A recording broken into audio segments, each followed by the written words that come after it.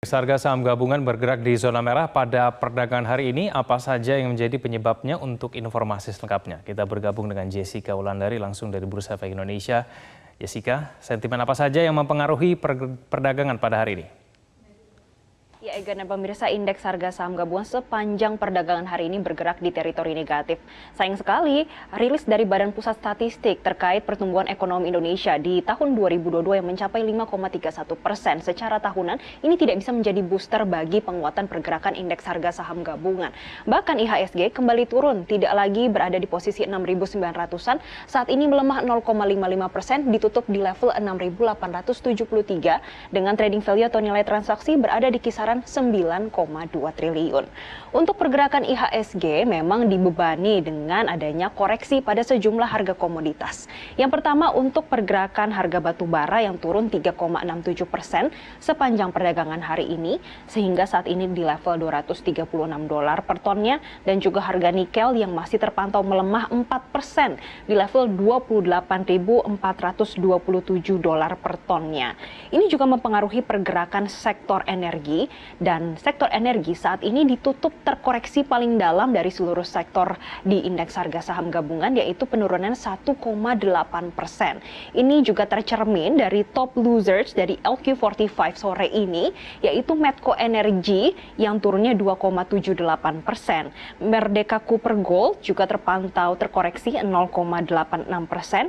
Aneka Tambang atau Antam ini juga turun 2,58%, dan Vale Indonesia ini terpantau turun 2,03%. Padahal tadi sudah ada harapan sebetulnya pergerakan indeks harga saham gabungan akan bergerak menguat setelah ada rilis dari Badan Pusat Statistik terkait pertumbuhan ekonomi Indonesia yang mencapai 5,31% sepanjang tahun 2022. Karena ini juga di atas ekspektasi dari para analis dan juga ekonom yang memprediksi kalau adanya pertumbuhan ekonomi Indonesia akan berada di kisaran 5% saja, namun ternyata berada di level 5,3%. Dan ditambah dengan adanya lebih tinggi dibanding ekspektasi dari Menteri Keuangan Sri Mulyani yang pada pekan lalu menyampaikan berada di level 5,2 hingga 5,3%. Dan hari ini pergerakan indeks harga saham gabungan juga mengikuti pergerakan bursa regional. Kalau kita pantau bersama untuk pergerakan bursa Asia pada sore hari ini didominasi pelemahan. Untuk Nikkei memang menguat 0,67%, namun Straits Times ini melemah 0,23% dan juga Hang Seng melemah 2,25%. Ini disebabkan para investor yang masih wait and see pada sejumlah data perekonomian yang akan dirilis pada pekan ini, terutama di regional Asia. Yang pertama, pada hari Selasa besok akan ada rilis terkait adanya kenaikan suku bunga acuan, terutama dari Bank Sentral Australia yang diprediksi akan menaikkan suku bunga acuannya sebesar 25 basis poin. Kemudian nanti hari Rabu akan ada rilis dari Jepang terkait saldo rekening giro untuk bulan Desember. Maka dari itu untuk pergerakan indeks harga saham gabungan besok diprediksi akan ada di rentang 6.830 hingga 6.955. Egan. Ya, Jessica, bagaimana dengan kurs rupiah dan informasi harga komoditas?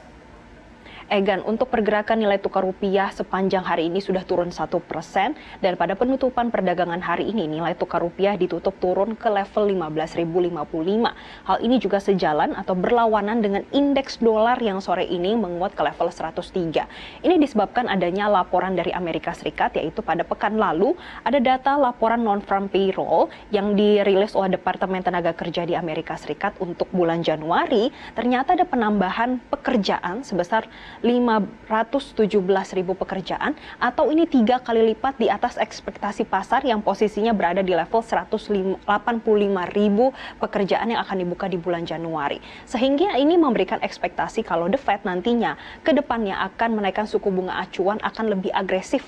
Padahal kalau kita pantau pada bulan Februari kemarin atau di awal Februari kemarin sudah less hawkish dengan menaikkan suku bunga acuan sebesar 25 basis poin. Meski demikian kita juga melihat sepanjang 2022 hingga bulan Februari sudah menaikkan suku bunga acuan sebesar 450 poin. Dan adanya prediksi nanti di bulan Juni akan ada puncaknya berada di level 4,95%. Untuk itu besok nilai tukar rupiah diprediksi masih ada potensi di 14.900 hingga 15.000 per dolar Amerika Serikat. Dan sentimen indeks dolar juga masih mempengaruhi pergerakan harga komoditas. Yang pertama untuk pergerakan harga emas spot yang pada sore hari ini menguat 0,3 posisinya berada di level $1.889 per troy ounce-nya, sedangkan untuk minyak WTI menguat 0,6% dan Brent menguatnya 0,8%. Demikian, Egan. Baik, terima kasih atas informasinya Jessica Wulandari langsung dari studio Bursa Efek Indonesia di Jakarta.